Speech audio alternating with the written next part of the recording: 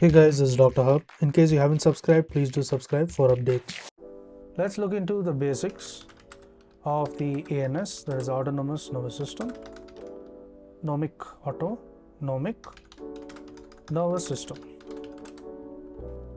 So the first one will be the ANS, parasympathetic system. So in parasympathetic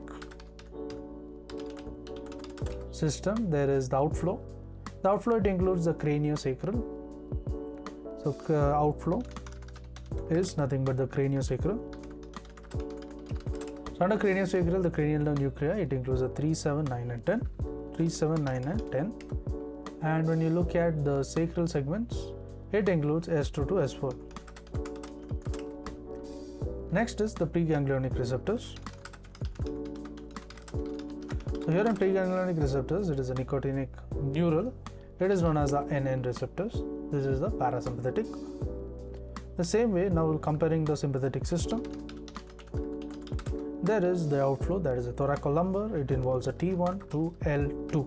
It involves a T1 and the L2. The preganglionic receptor, it is a NN, that is a nicotinic neuronal.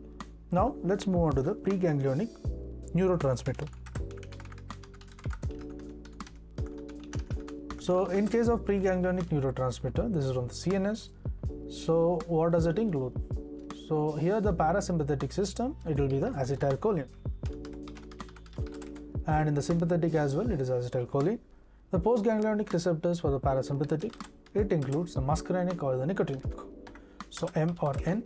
And when you look at the postganglionic receptors, in case of sympathetic system, it is nothing but alpha or the beta. Now, the postganglionic neurotransmitters. So postganglionic neurotransmitters, it includes the acetylcholine. This is in terms of the parasympathetic. It includes the acetylcholine. Next is, when you look at the sympathetic system, it includes the norepinephrine exceptions.